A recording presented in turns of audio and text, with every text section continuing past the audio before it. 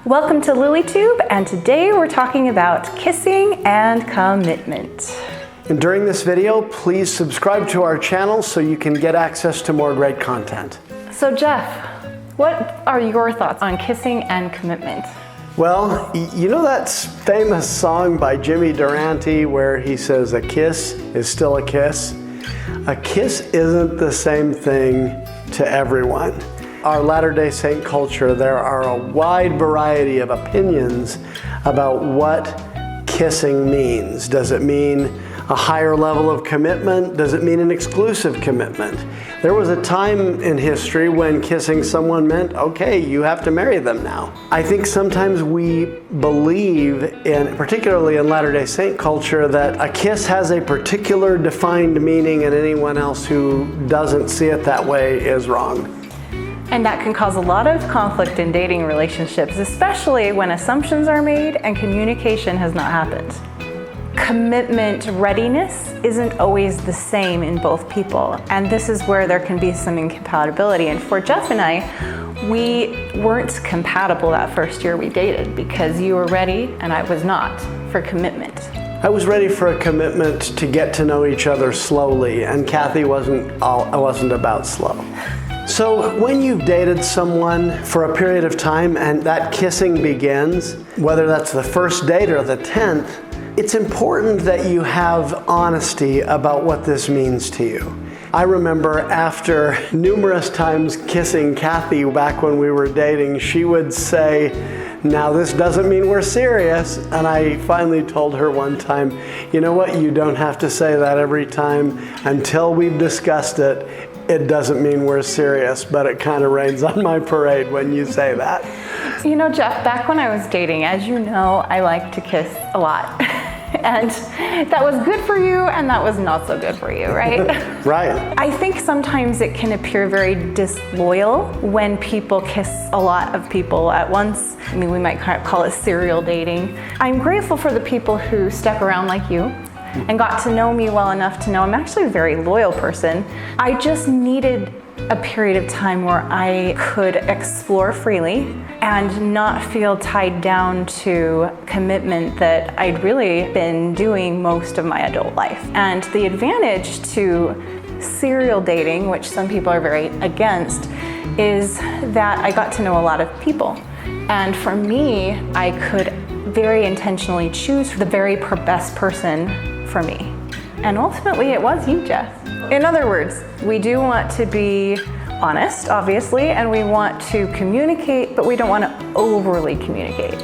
Right, and the overly communicate would be in that kind of situation where you feel the need to constantly let someone know how unimportant they are to you, even though you're kissing them. Or constantly let them know where they stand in terms of level of commitment, especially if that's not where they'd like to be. Although that's partly why I would keep saying it, because I didn't want there to be any misunderstandings. And honesty is important. I'm not saying, you have to be harsh about it, but if you say, yeah, you're the only person I'm kissing, and you're saying that to 5 different people, that would not cool. No, not cool at all. Any kind of dishonesty in terms of affection and relationship status, not kosher one bit. Now, there's a lot of people who have varying opinions about sport dating. I'm not going to give you an opinion about sport dating in this video. If that's where you're at, if you're trying to kiss every girl under the sun or every guy, be honest with your partner about that. In addition to honesty, I think there is the subject of self-respect. Now, I've had situations where I was kind of sport dating and kissing lots of different people, but then I would start to develop feelings with a particular person. Maybe we were even saying, "I love you," or something like that. Okay, I know that for my self-respect, in that situation, if it wasn't exclusivity in dating, it was at least exclusivity in kissing. And I was never saying "I love you" to more than one person at a time.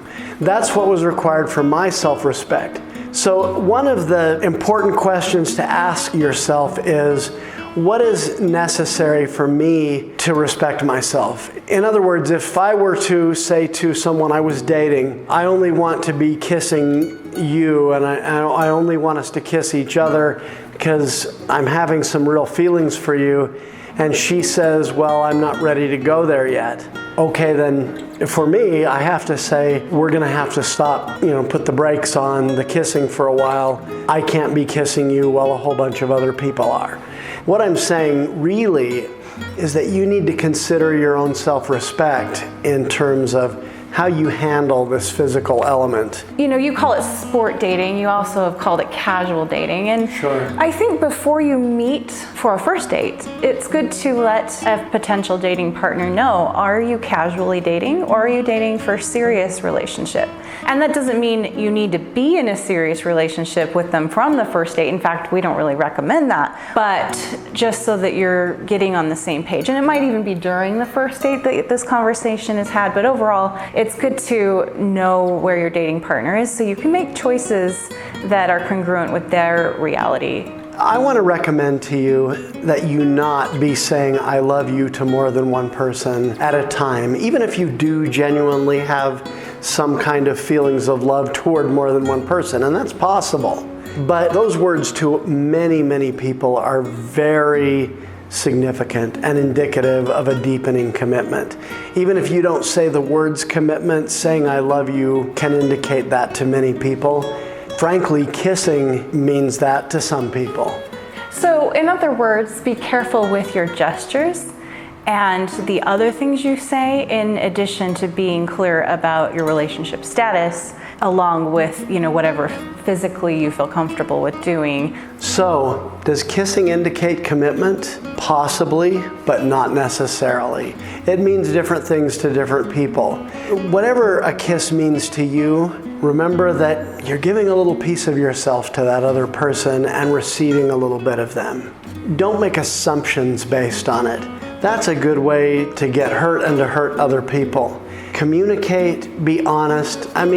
Particularly for you mid-singles, we're all adults. So talk to your partners about, what does a kiss mean to you? Yeah, don't be afraid to ask. Clarify where you're at with things and where your dating partner is at with things. What are your thoughts on this subject? We'd love to hear from you in the comments. And remember, any time is a great time for more love in your life. Thank you for watching.